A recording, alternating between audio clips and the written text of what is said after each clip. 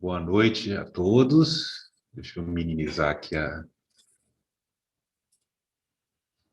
Boa noite a todos. Bom, nós vamos hoje trocar um pouquinho de ideias a respeito dessa questão falar sobre coisas que nos faltam, virtude e caridade.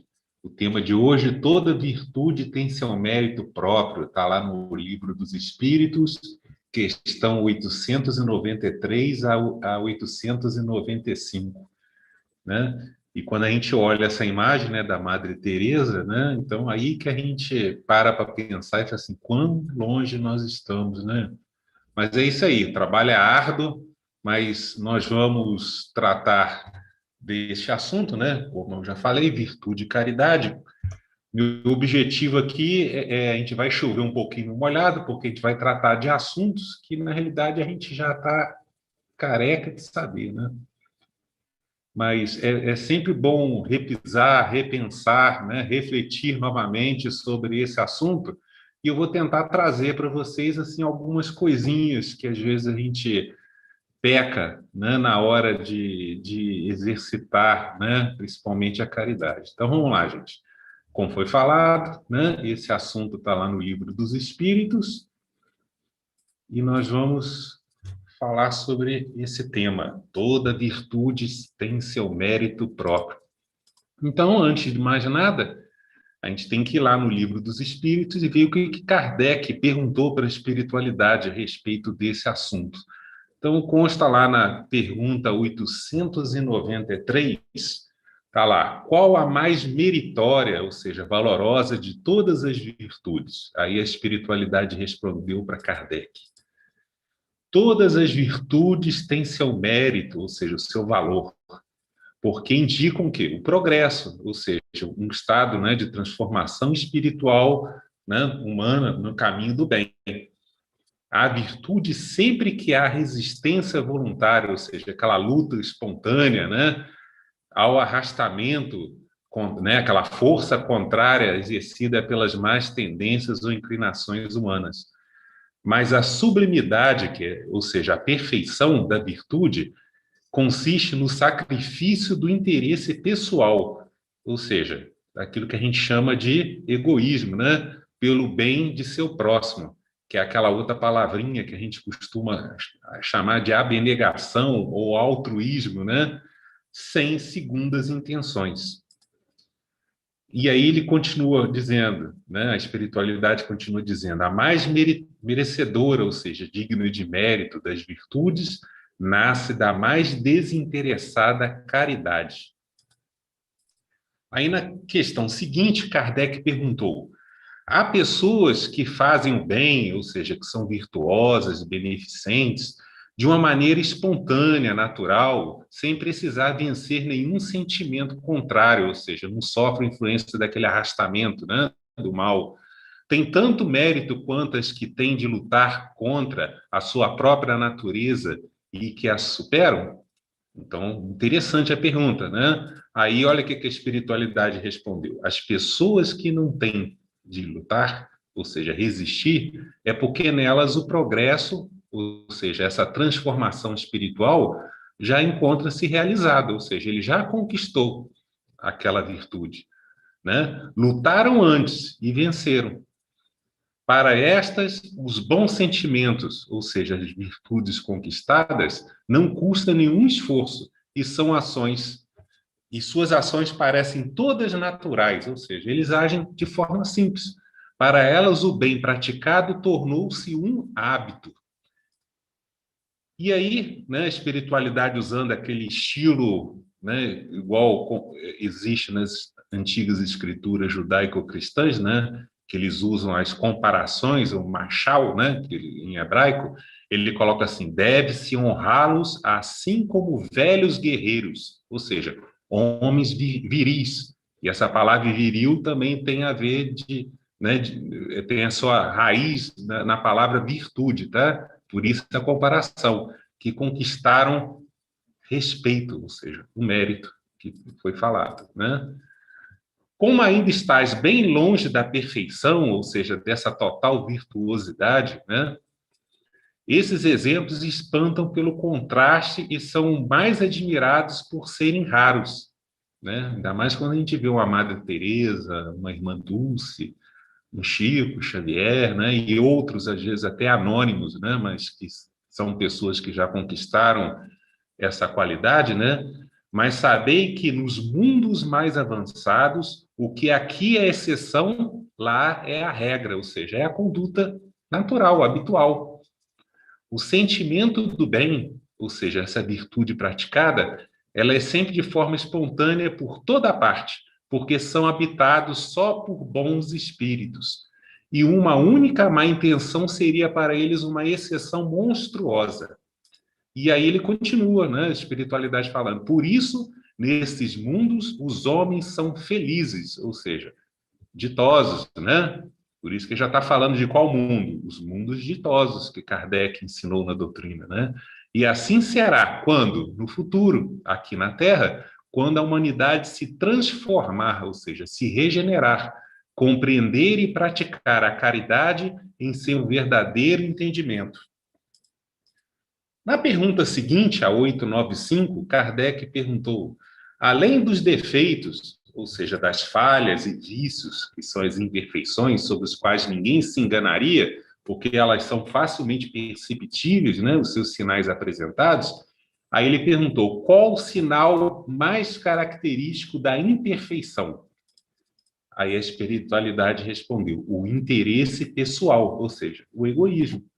As qualidades morais, ou seja, que são as virtudes conquistadas, são frequentemente assim como um banho de ouro, né, sobre um objeto de cobre que não resiste à pedra de toque. Ou seja, novamente, espiritualidade usando uma comparação, né, uma metáfora para falar, né, sobre esse banho de ouro, ou seja, o progresso purificador atingido, né, sobre um espírito imperfeito, né, que mas não resiste o quê? A uma provação. E foi isso que ele explicou no parágrafo seguinte.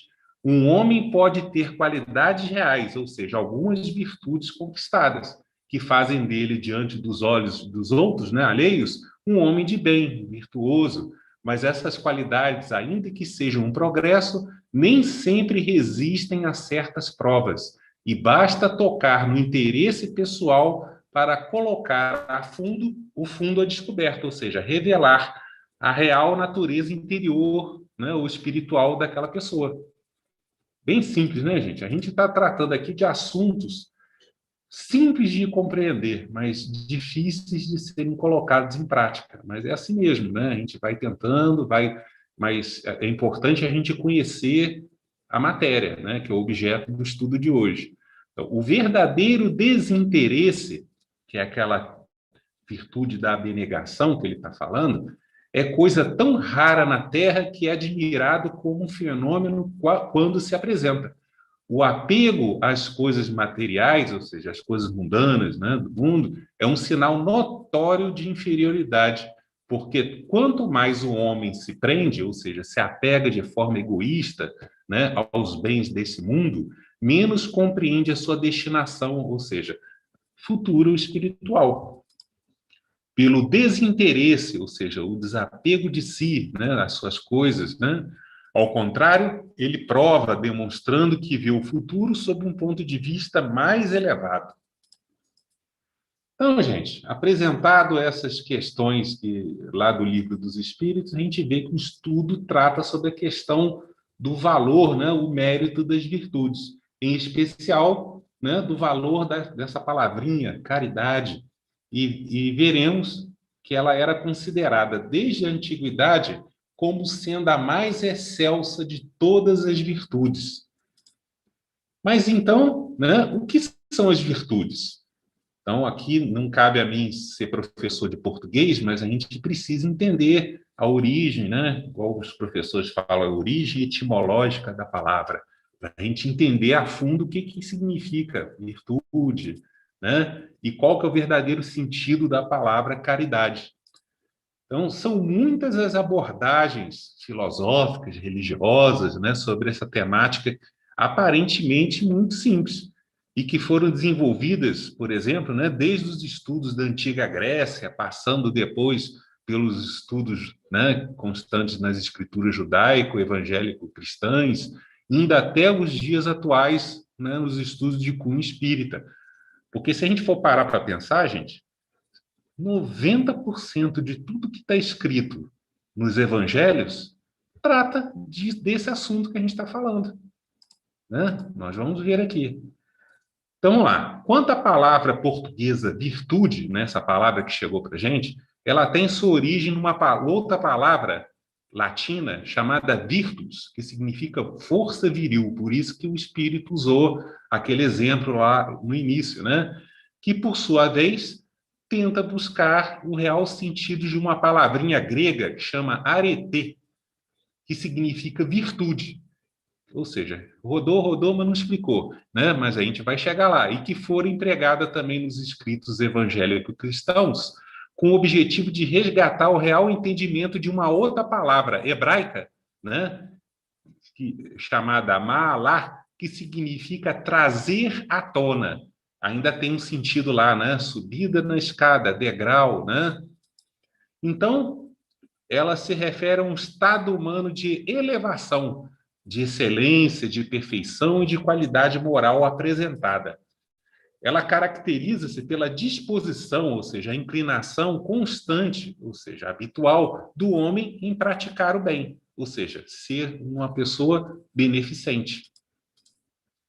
Então, a virtude tem dois sentidos. Um sentido genérico, que é aquele aplicado a tudo que é considerado correto ou desejável, em relação à moral, à ética, à vida em sociedade e às boas condutas humanas, e um sentido específico, que é aquele aplicado à conduta moral, no bem e na boa habilidade, ou na boa habilidade de se fazer algo corretamente. Como sinônimos, ela apresenta dignidade, faculdade, atributo, qualidade, perfeição. Essa palavra é muito usada por Jesus, a gente vai ver nos evangelhos, né? Dom. E como antônimos, né? O sentido contrário, a gente tem indignidade, imperfeição, que é a palavra também muito usada nos evangelhos, imoralidade, né? Kardec, na codificação, usa muito a palavra vício, né, para dizer o contrário disso tudo que a gente está explicando, né?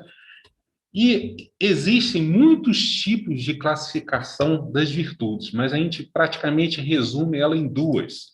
Existem as chamadas virtudes morais, que é o amor, indulgência, misericórdia, compaixão, humildade, tolerância, né? Que são aquelas questões muito tratadas nos evangelhos, né? E que a gente, às vezes, não para pensar, né, refletir sobre os seus reais significados, mas são exemplos de virtudes morais, né?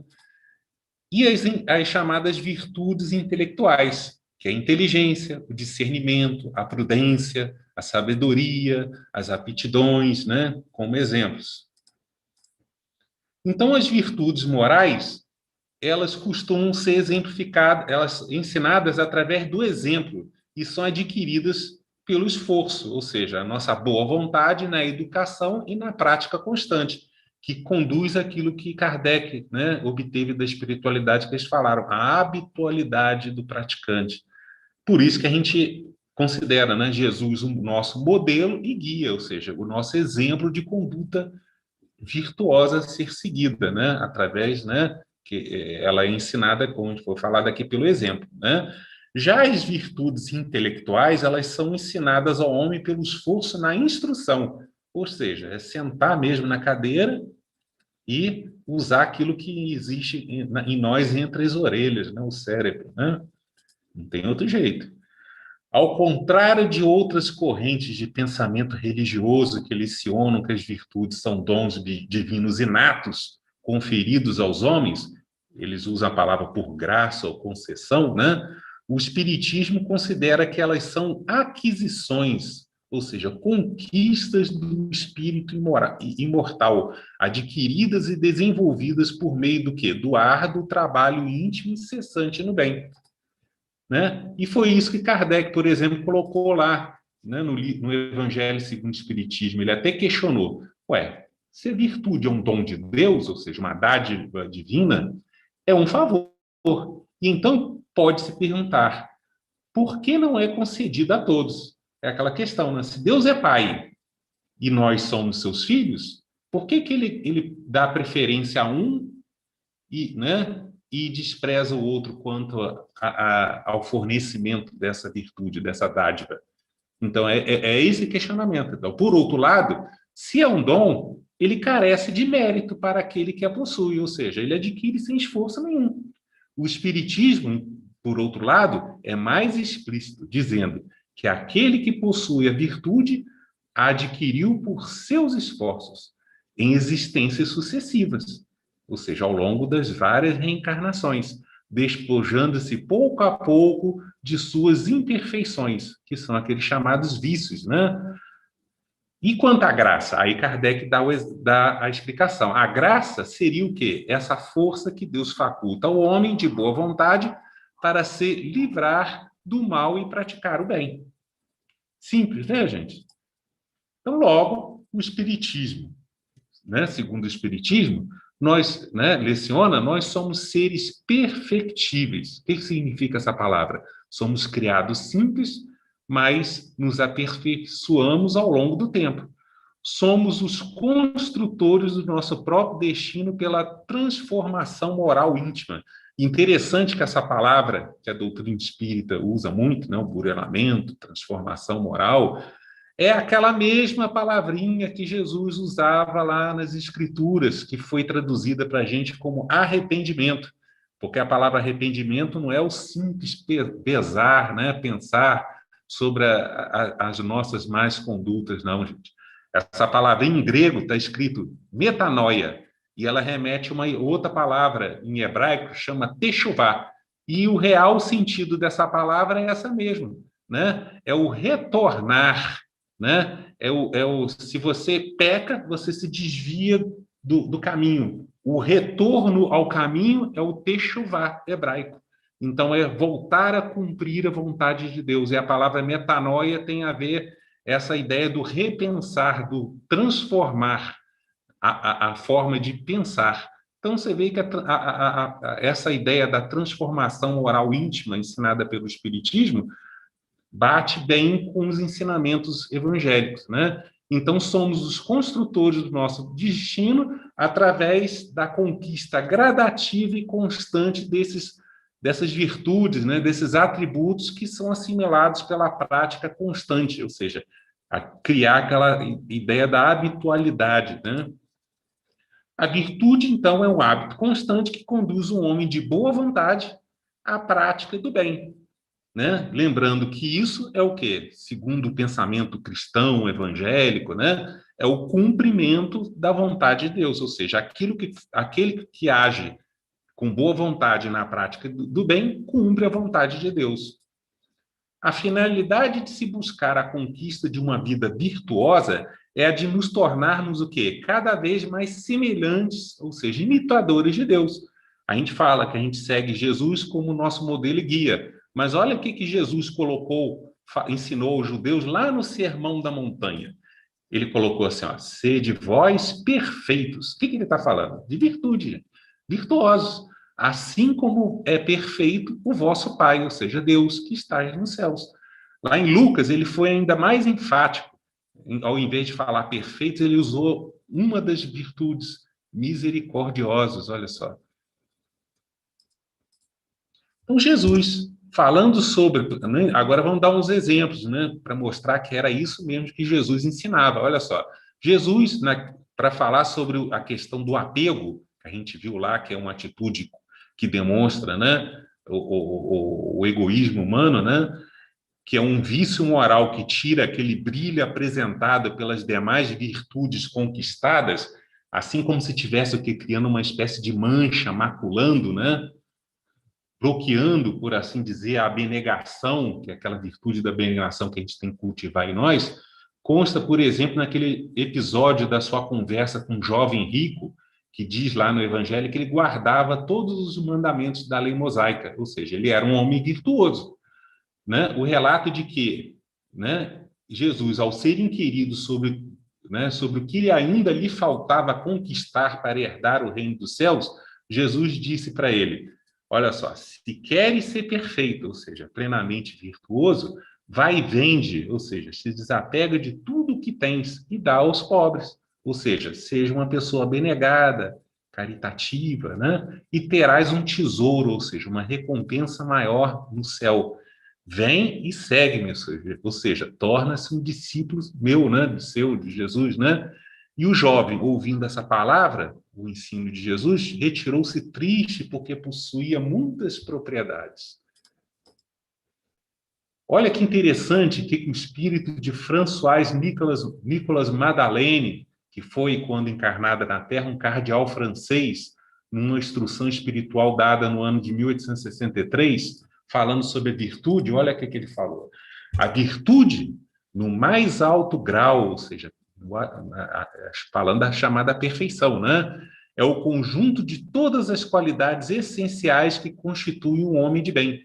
Ser bom, caritativo, laborioso, sóbrio, modesto, ou seja, dando alguns exemplos, são qualidades do homem virtuoso. Infelizmente, quase sempre as acompanham pequenas enfermidades morais, que são os chamados vícios, né? Que as desornam, ou seja, tiram o seu brilho, maculando, né? Criando como se fosse uma mancha, né? E atenuam. Não é virtuoso aquele que faz ostentação da sua virtude, pois lhe falta a qualidade principal, a modéstia, e tem o vício que mais se lhe opõe, o orgulho. Né? A virtude verdadeiramente digna deste nome não gosta de estadiar-se, ou seja, de exibir-se, adivinham-na, ou seja, nós é que temos que olhar e reconhecer essa virtude no outro, não é ele que tem que ficar falando, né? Ela, porém, se oculta na obscuridade e foge à admiração das massas. E continuando, a virtude, assim compreendida e praticada, é que vos convido, meus filhos, a essa virtude verdadeiramente cristã e verdadeiramente espírita, é que vos concito, ou seja, estimulo a consagrar-vos. Afastai, pois, de vossos corações tudo que seja orgulho, vaidade, amor próprio, que sempre desornam as mais belas qualidades. Não imiteis o homem que se apresenta como modelo e trombeteia ele próprio suas qualidades a todos os ouvidos complacentes. A virtude que assim se ostenta esconde muitas vezes uma imensidade de pequenas torpezas, ou seja, os vícios, e de odiosas covardias. Em princípio, o homem que se exalta, que ergue uma estátua assim, a sua própria virtude, anula, por esse simples fato, todo o mérito real que possa ter.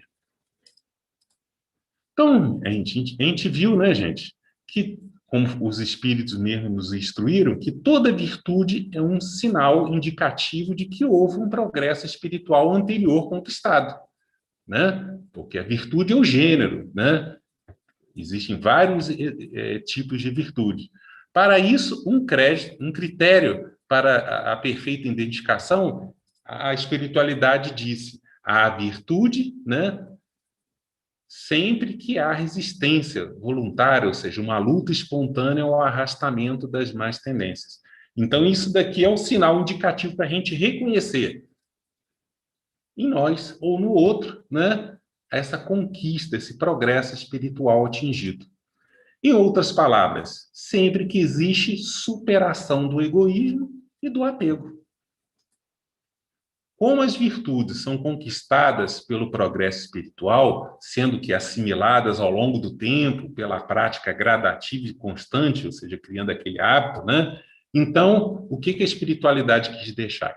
Claro, que seu ápice caracteriza pelo sacrifício do interesse pessoal, ou seja, sacrifício do orgulho, né? Ou seja, o que caracteriza o seu nível de perfeição é aquilo que ele deixou claro, é a conquista da caridade. E foi justamente isso que os espíritos responderam para Kardec quando ele falou qual o sinal característico, ou seja, notório, aquilo que está na cara, né? Que não tem como esconder sobre a imperfeição humana. Ele coloca o interesse pessoal, ou seja, o egoísmo.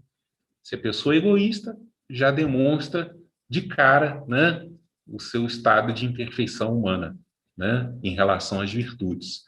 Essa resposta nos leva a entender que o que de fato caracteriza o nível de perfeição humana, ou seja, esse grau ou nível de virtudes conquistadas, é a capacidade, né, da pessoa praticar a caridade mediante o quê? O sacrifício do interesse pessoal, ou seja, seu egoísmo, em benefício do próximo, ou seja, através da sua abnegação. Então, a imperfeição, que é o chamado vício, é a má inclinação, ou seja, a má tendência da alma à satisfação dos seus próprios interesses, que é aquilo que a gente chama de egoísmo, sem benefícios aos outros, né, alheios. Por outro lado, né, resumindo, a perfeição, que é a plena virtude, é o sacrifício da alma ao seu interesse pessoal, ou seja, é o que a gente chama de abnegação, com benefícios alheios que se expressam pela caridade.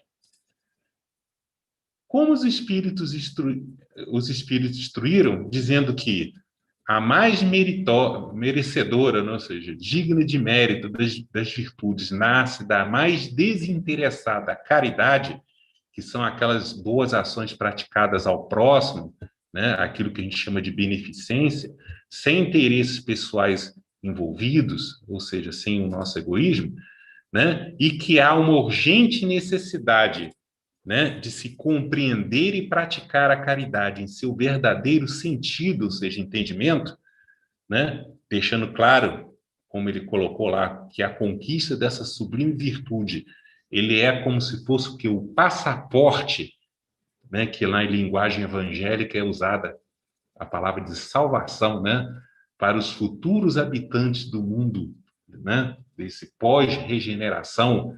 De qual mundo que ele está falando, então, pós-regeneração? Do mundo ditoso ou feliz? Visto que, como Jesus colocou lá no Sermão da Montanha, né, porque são eles que herdarão a terra, então, qual seria o real sentido dessa palavra caridade? Então, a gente precisa ter um entendimento perfeito sobre essa palavrinha, né, o seu sentido etimológico. Porque geralmente a gente acha, né, compreende, a gente vai ver aqui que a caridade é só dar alguma coisa, né? Ou a caridade é o amor posto em prática.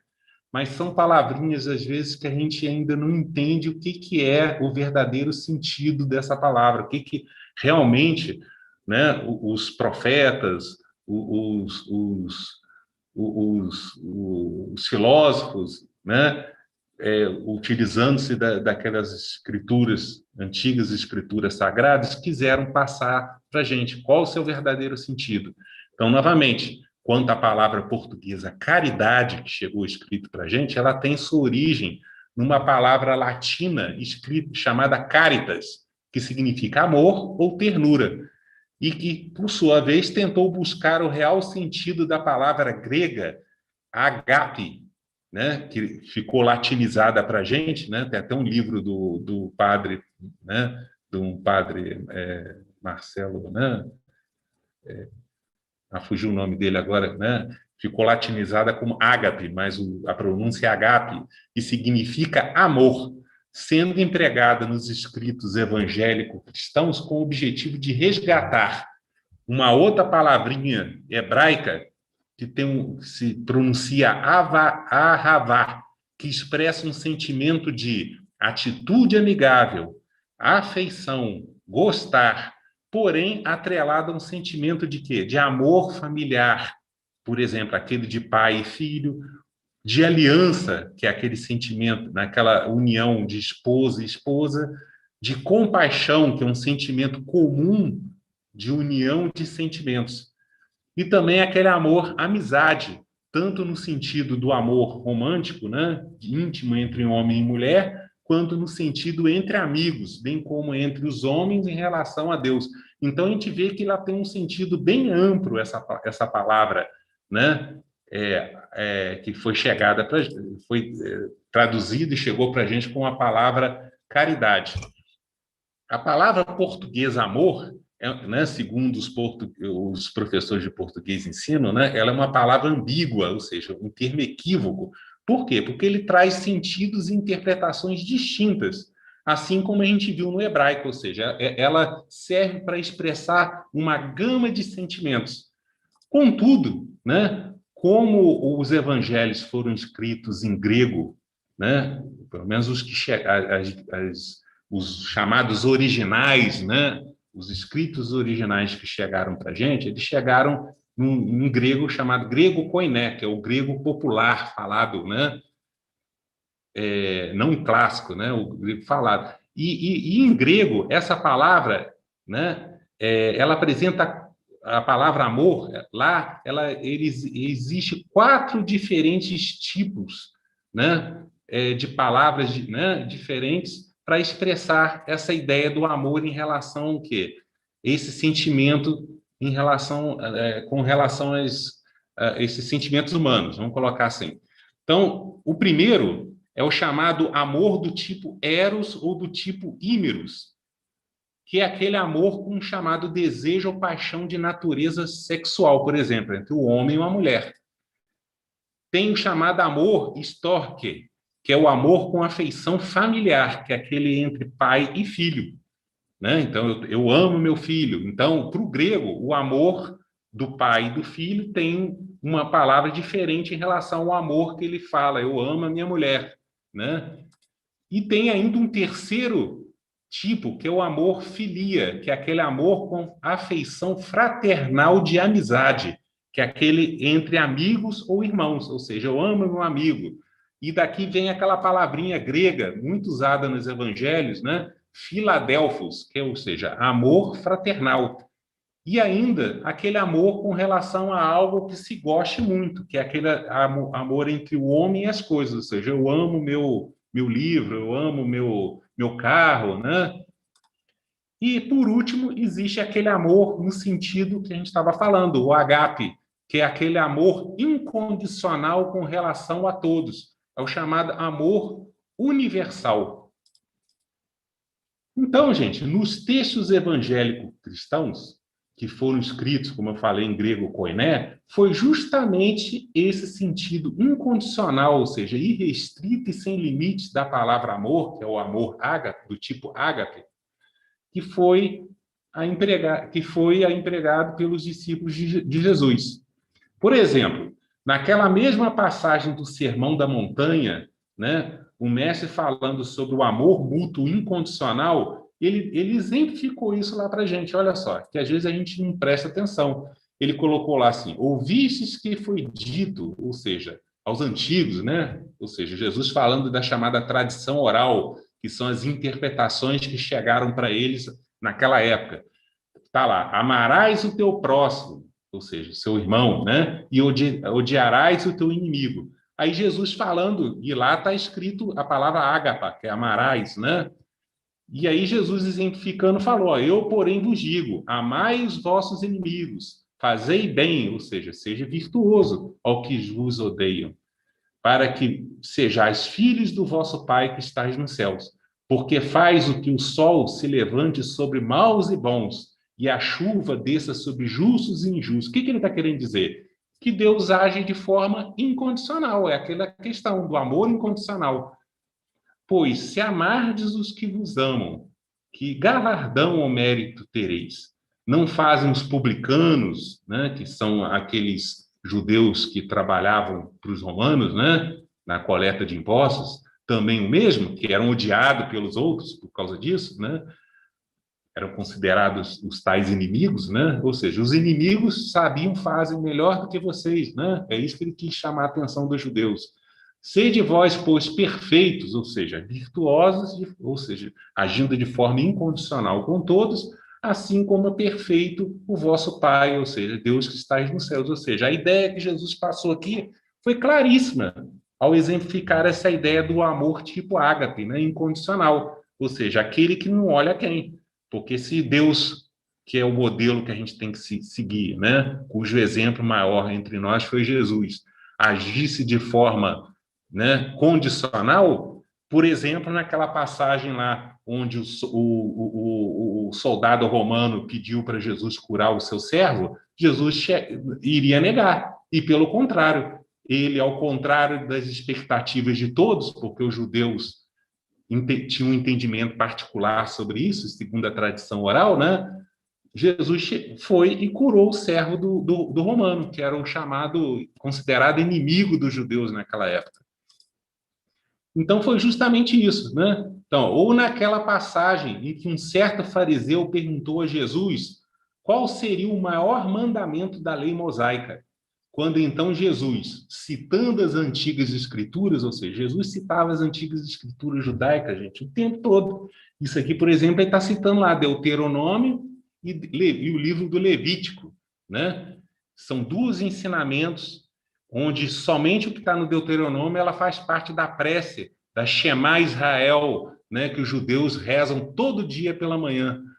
Ele fala assim, ó, amarás, qual amor que está escrito lá? É o amor ágape, né? O Senhor teu Deus de todo o teu coração e de toda a tua alma e de todo o teu pensamento, ou seja, ele citou Deuteronômio. Este é o primeiro e grande mandamento. O segundo, aí ele já citou o Levítico, né? Semelhante a este, amarás o teu próximo, ou seja, quem que é o próximo? É aquilo que Jesus ensinou lá, não é só o judeu, é qualquer um, né? A todos incondicionalmente, como a ti mesmos.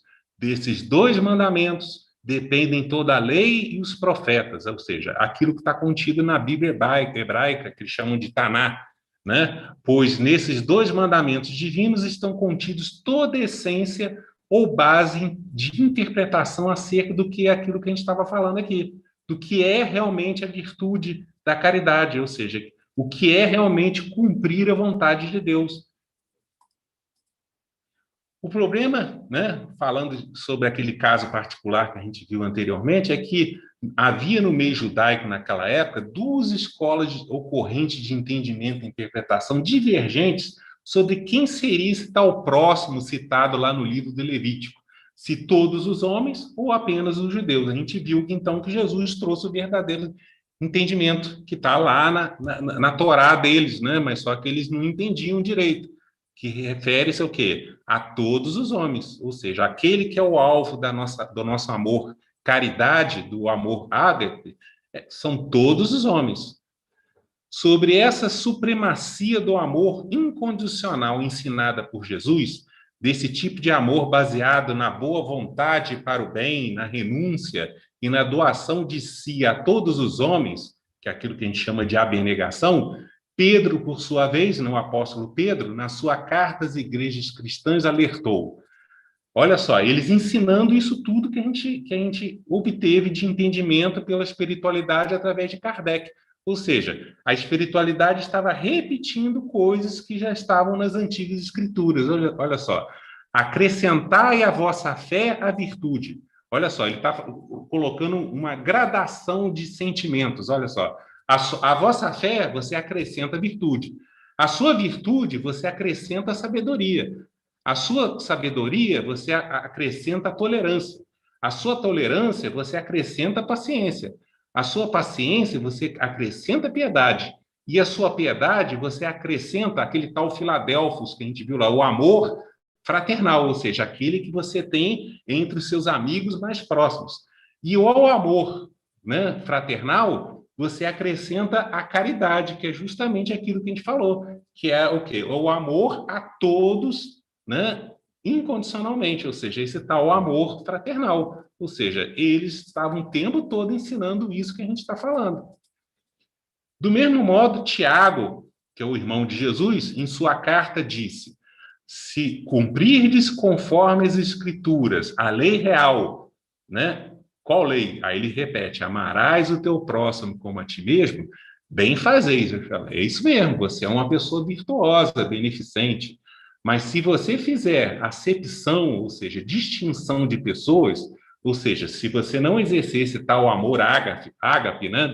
Esse amor incondicional, cometeis pecado, aquela ideia, você desvia da meta, ou seja, deixa de cumprir a lei, a vontade de Deus.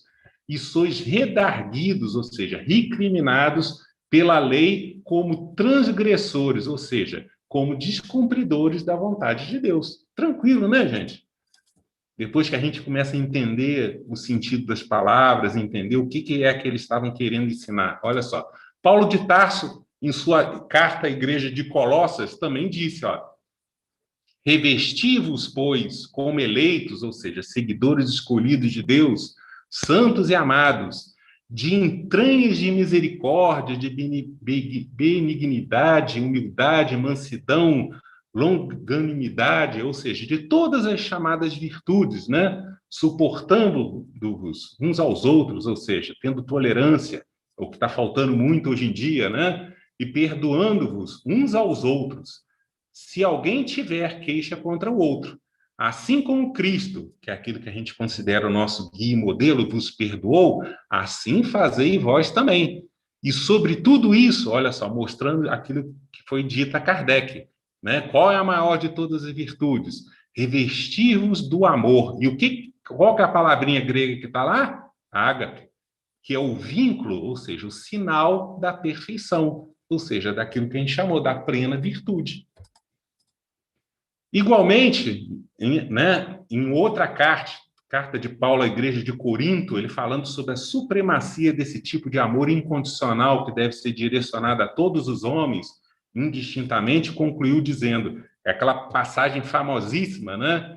Onde ele traça um texto lindo e ao final ele coloca, agora, pois, permanecem a fé, a esperança e o amor. E qual palavra grega que está lá? Ágape. Esses três, né? Estão esses três postos, mas o maior deles é o amor. Na versão latina dessa passagem, né, chamada Vulgata Latina, consta lá, né, a palavra caritas. Por isso que tem algumas Bíblias onde ele fala, o maior deles é a caridade. E aí fica aquele negócio, mas é caridade ou é o amor? É a mesma coisa, mas só que o amor lá é o amor do tipo ágape. E isso demonstra que o São Jerônimo, que foi o tradutor das escrituras, antigas escrituras hebraicos cristãs para o latim, compreendeu aquela época qual é o verdadeiro sentido da palavra grega ágape, né? Esse amor incondicional, conduzindo de fato o quê? A caridade, assim como Kardec fez. Olha só o que Kardec colocou lá na questão 886 do Livro dos Espíritos. Foi perguntado para a espiritualidade, qual o verdadeiro sentido da palavra caridade, assim como a entendia Jesus? E aí a espiritualidade respondeu benevolência, ou seja, a prática do bem. Para quem? Para com todos. Ou seja, ele está falando daquele amor incondicional, do tipo ágape, caridade, né? Indulgência, ou seja, misericórdia com as imperfeições dos outros, ou seja, os vícios alheios, perdão das ofensas. Ou seja, aquele que já tem a virtude tem que ter paciência, né? Misericórdia, né? Com os outros que não têm. Logo, o verdadeiro sentido da palavra amor, do tipo caridade, refere-se à relação do homem com Deus, que é o quê? O cumprimento da lei, como está escrito lá, amando sobre todas as coisas, e do homem para com o próximo, né? Que é a chamada beneficência, amando como a si mesmo, ou seja, é aquilo que Jesus colocou que é o maior mandamento, né? A caridade é o quê? É a disposição humana para a doação voluntária, abnegada e incondicional de si ao próprio, ao próximo, que é seu irmão, mas não é o irmão próximo, é a todos, é aquele amor fraterno e universal, principalmente quando este se encontra numa situação desfavorável, ou seja, passando por necessidades. Né? Concluindo, é a expressão, ou seja, a prática máxima da misericórdia, da piedade, da compaixão, da tolerância, da mansuetude, da indulgência, enfim, de todas aquelas virtudes exemplificadas e faladas tantas vezes por Jesus nos evangelhos, né? Olha que é isso, 90%, né? Ou seja, a moral do Cristo, né? Que é a moral que a gente tem que seguir, que é a moral já ensinada pelos judeus antigamente, mas só que eles não entendiam da forma correta como muitos também não entendem até hoje a ideia do que seja realmente a caridade, né? É isso tudo que a gente veio falando até aqui. Então, a natureza da imperfeição humana, ou seja, esse chamado vício notório, é o egoísmo, que é o contrário da caridade. A perfeição humana, que é aquela virtude plena, é o sacrifício do egoísmo pela sua transformação moral através da caridade. Então, gente, Quem já tem o verdadeiro amor, ou seja, esse amor do tipo caridade, né, em si, prova essa virtude adquirida não só por palavras, mas principalmente com ações práticas voltadas para o bem. E aí vamos ver assim algumas passagens, né, onde Kardec quis explicar, né, ao longo do Evangelho ou dos outros livros sobre essa questão da virtude da caridade. Ele adiciona que ela é o quê? Um dever moral de todo homem ao próximo. Ou seja, ele falando da chamada abnegação. E que o homem que cumpre o seu dever, qual dever? Moral, ama a Deus mais do que as criaturas e ama as criaturas mais do que a si mesmo. Ou seja, demonstrando ser abnegado. Ou seja, ele está falando justamente daquela lei moral, a principal que Jesus falou lá. O egoísmo, em outra passagem, é a negação da caridade, como a gente viu também, né? E que a caridade e a humildade tal a senda, ou seja, o caminho único da salvação. O egoísmo e o orgulho tal o da perdição. Lembrando que essa questão de salvação e perdição, né, segundo a ótica espírita, tem a ver com aquilo, né, o que a gente está por agora por passar, né? Essa questão do momento de transição, né? Se a gente for colocar assim, aqueles que permanecerão, que reencarnarão na Terra, que serão os futuros habitantes do mundo regenerado, né? São aqueles que, entre aspas, se salvaram. E aqueles que serão excluídos, né? Enviados para outros mundos, é aqueles que, segundo a ótica aqui, entre aspas, perdição. E tudo que se faça contra o próximo, o mesmo é fazê-lo contra Deus. Não podendo amar a Deus sem praticar a caridade para com o próximo, todos os deveres do homem se resumem nessa máxima: fora da caridade não há salvação. Ou seja, aquele que não pratica o amor tipo caridade, né, não é aquele que vai carimbar o seu passaporte para o mundo de todos. Mas ele não se resume apenas no auxílio material, aquela chamada caridade material, né? Que é aquilo que a gente dá aos necessitados. É importante, sim, dar, mas não é só isso. Visto que, olha o que a espiritualidade ensinou para Kardec, Kardec compreendeu. A verdadeira caridade não consiste apenas na esmola que dás, nem mesmo nas palavras de consolação que a gente acrescenta junto. Não é apenas isso que Deus exige de vós. A caridade sublime que Jesus ensinou também consiste na benevolência, ou seja, fazer o bem, né? De que useis sempre em todas as coisas para com o próximo. Podeis ainda exercitar essa virtude sublime com relação a seres para os quais nenhuma utilidade terão as vossas esmolas, mas que algumas palavras de consolo, de encorajamento, de amor conduzirão ao Supremo, ao Senhor Supremo. Ou seja, ele deixou bem claro: o que adianta dar dinheiro, né, ou dar alimento para quem já tem isso tudo? Então, aí eu não faço a caridade? Não, existem outras formas de caridade, palavras de consolo, né? Se aquele, né, abastardo for um necessitado, né, de consolo ou de encorajamento, né, em suma, de amor, é esse tipo de caridade que a gente tem que praticar. E que a caridade, que ele está falando da caridade material, não consiste na esmola dada aos pobres, né? Porque essa é a mais fácil de todas. Outra há, porém, muito mais penosa e, consequentemente, né, muito mais meritória, ou seja, valorosa, a de perdoarmos, ou seja, de nós sermos indulgentes aos que Deus colocou em nosso caminho, ou seja, aquele nosso próximo, para serem instrumentos do nosso sofrer, ou seja, da nossa aprovação, do nosso sacrifício íntimo, e para nos porem à prova a paciência.